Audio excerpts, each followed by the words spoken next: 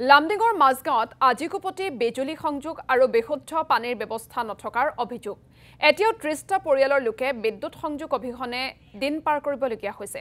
অঞ্চলটোত নাই প্ৰয়োজনীয় পকী পথো। পথৰ দুৰৱস্থাৰ বাবে জমৰ যাতনা ভোগ কৰিবলগীয়া হৈছে গাঁওবাসীয়ে।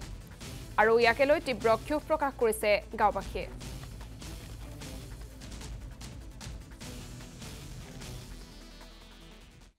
কি কম মানে আমি আজি ধৰক এখন গাঁৱতে ঠাইচোপা পঞ্চায়তৰ কাকি অঞ্চলৰ ঠাইচোপা পঞ্চায়তৰ আমি মাজবলকৰ গাঁৱৰ বাসিন্দাৰ ৰাইজ।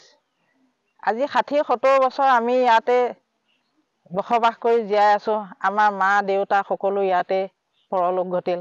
আমিও এতিয়া লাহে লাহে সেইপিনে ঢাল লৈছোঁ। কিন্তু আমাৰ ল'ৰা ছোৱালী আমি যেনেকৈ গ'লোঁ, আমাৰ জীৱন যেনেকৈ গ'ল, ঠিক তেনেধৰণে আমাৰ ল'ৰা ছোৱালীবিলাকো দেখিছোঁ এনেকৈয়ে যাব। গতিকে আমি কেনিও উপায় নাপায় আপোনালোককে সহায় কৰি আনিছোঁ। কিয় আমি বাৰে বাৰে ভোট দি আছোঁ, পঞ্চায়ত ভোট দিছোঁ বা ডাঙৰ ওপৰৰ ভোট দিছোঁ, কিন্তু আমি ভোট দিও আজিলৈকে কাৰেণ্টৰ ব্যৱস্থা বা ৰাস্তাৰ ব্যৱস্থা বা পানী যোগানৰ ব্যৱস্থা আমি চৰকাৰীৰ পৰা একো পোৱা নাই।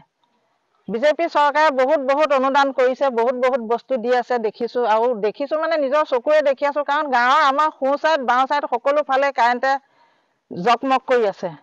আৰু আমাৰ এই জেগাখিনি সন্ধিয়া হ'লে আন্ধাৰে আগুৰি ধৰিছে। আমাৰ ল'ৰা ছোৱালীবিলাকে কিতাপ পঢ়িছে চাকি পোহৰত, গৰমত শান্তি পোৱা নাই, মাকে বিচনী ধৰিবলগীয়া হৈছে। তেনে অৱস্থাত আমাৰ ল'ৰা ছোৱালীয়ে পঢ়িবলগীয়া হৈছে। গতিকে আমি বাৰে বাৰে চৰকাৰকতো ভোট দিয়ে আছোঁ, আজীৱন কাল আমি দিয়ে আছোঁ, কিন্তু আমি পাইছোঁ কি?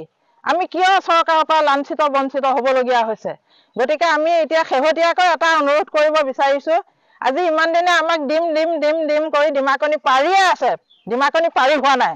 গতিকে আমি এতিয়া একেবাৰে লাষ্টত আমি আমাৰ মুখ্যমন্ত্ৰী ছাৰলৈ আমি এটাই অনুৰোধ, আমাৰ এই নেহিকিন গাঁওখন যাতে তেখেতে অকণমান চকু কাণ দি আমাক অকণমান উপকৃত কৰে বুলি তেখেতলৈ আমাৰ অনুৰোধ।